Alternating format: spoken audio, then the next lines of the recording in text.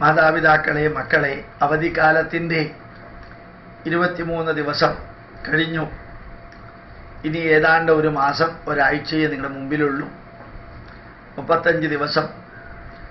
ആ 35 ദിവസത്തിൽ കുറേ സമയം നിങ്ങളുടെ സുഹൃത്തുക്കളുമായിട്ടോ നിങ്ങളുടെ വീട്ടുകാരുമായിട്ടോ ബന്ധുക്കളുമായിട്ടോ അമ്മയോ അമ്മൂമ്മയോ അച്ഛനോ മുത്തച്ഛനോ ബന്ധുക്കളുടെ വീട്ടിൽ ചെന്നിട്ടോ അവരെ വീട്ടിലേക്ക് വരുത്തിയോ പഴയ കുറേ കാര്യങ്ങൾ നിങ്ങൾ പഠിക്കണം.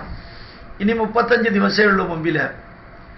ആ 35 ദിവസത്തിൽ ഒരു ദിവസം പോലും വേസ്റ്റ് ആക്കരുത്.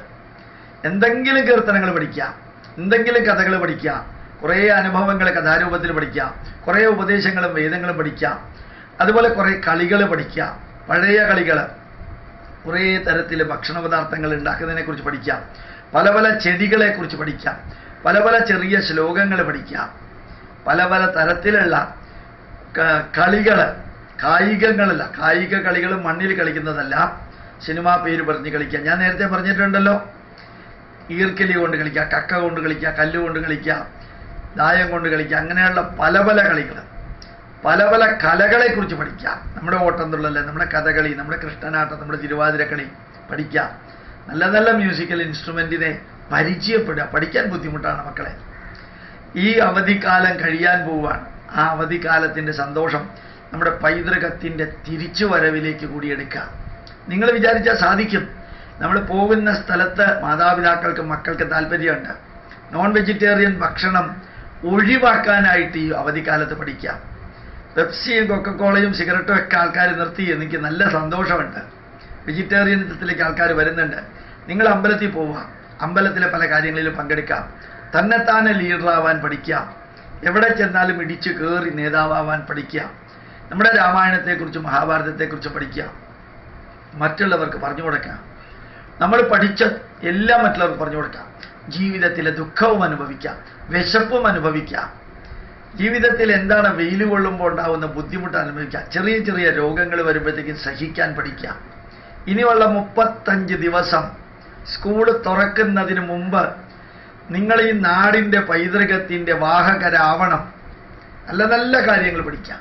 അമ്മയോട് ചോദിച്ച് പഠിക്കാം, അമ്മയെയും പഠിപ്പിക്കാം, അച്ഛനെയും പഠിപ്പിക്കാം.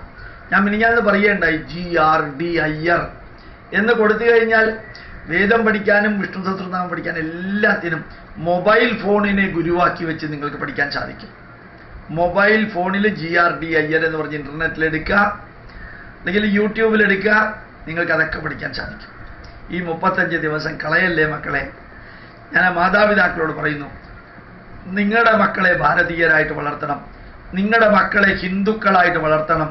മറ്റ് മതത്തിനോട് ലോക സമസ്ത സുഖിനോ ഭവന്തു എന്ന് പറയാൻ കപ്പാസിറ്റി ഉള്ളവർ, ആയിരക്കണക്കിന് ഗ്രന്ഥങ്ങൾ നമുക്കുണ്ടെന്ന് പറയാൻ അവർക്ക് അഭിമാനം ഉണ്ടാവണം. ആയിരക്കണക്കിന് ആചാര്യന്മാർ നമുക്കുണ്ടെന്ന് പറയാൻ അവർക്ക് അഭിമാനം ഉണ്ടാവണം. ആയിരക്കണക്കിന് വിഷയങ്ങൾ നമ്മുടെ ഗ്രന്ഥത്തിലുണ്ട്. 1 രൂപയല്ല പോക്കറ്റിലുള്ളത്, 1000 രൂപ പോക്കറ്റിലുണ്ട് എന്ന് പറഞ്ഞ് അഭിമാനിക്കണം. നെഗറ്റീവുകളെ അല്ല നമ്മൾ ആഘോഷിച്ചത്, പോസിറ്റീവുകളെയാണ് ആഘോഷിച്ചത്. വിളക്ക് ഊതിക്കെടുത്തി അല്ല ജന്മദിനം ആഘോഷിക്കുന്നത്. വിലങ്ങനെ നാടകെട്ടി തന്നെത്താനെ തടസ്സമുണ്ടാക്കി കത്രിക കൊണ്ട് മുറിച്ച് അപ്പുറത്തേക്ക് കയറി കൈകൊട്ടിയിട്ട് കേക്ക് യേശുക്രിസ്തുവിൻ്റെ ശരീരം മുറിക്കുന്ന മാതിരി മുറിച്ച് തിന്നുന്നതിന് പകരം വിളക്ക് കത്തിച്ച്, നാടയ്ക്ക് പകരം വിളക്ക് കത്തിച്ചിട്ട് ഉദ്ഘാടനം ചെയ്യാൻ പറയണം. കേക്ക് മുറിച്ച് തിന്നുന്നതിന് പകരം മുറിക്കാതെ തിന്നാൻ സാധിക്കുന്ന സാധനങ്ങൾ ഡിസ്ട്രിബ്യൂട്ട് ചെയ്യണം. കത്തി കൊണ്ട് മുറിക്കാതെ, അല്ലാതെ മുറിക്കാനൊക്കെ പറ്റും. അല്ലാതെ പൊട്ടിച്ച് ലഡു കഴിക്കാം, ജിലേബി കഴിക്കാം, സാധിക്കണം. വളരെ വളരെ ധന്യമാണത്.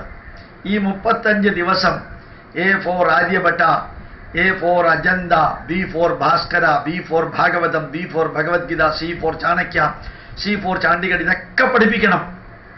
നിങ്ങൾക്ക് അറിയോ, നാരായണമൂർത്തി എന്ന് പറയുന്ന ഇൻഫോസിസിൻ്റെ സ്ഥാപകൻ, അദ്ദേഹത്തിൻ്റെ വീട്ടിൽ ഇപ്പോഴും TV ഇല്ല, ഇപ്പോഴും കമ്പ്യൂട്ടർ ഇല്ല. കമ്പ്യൂട്ടർ ലോകത്തെമ്പാടും എത്തിച്ച് വൈറ്റ് ഹൗസിൻ്റെ 6 പ്രോജക്റ്റ് പോലും എടുത്ത ആ നാരായണമൂർത്തിയുടെ വീട്ടിൽ കമ്പ്യൂട്ടറും ഇല്ല, TVയും ഇല്ല. നിങ്ങളുടെ വീട്ടിൽ കമ്പ്യൂട്ടറും TVയും വേണ്ടെന്നല്ല ഞാൻ പറഞ്ഞത്. എന്തേ അവിടെ കമ്പ്യൂട്ടറും TVയും ഇല്ലാത്ത അറിയോ?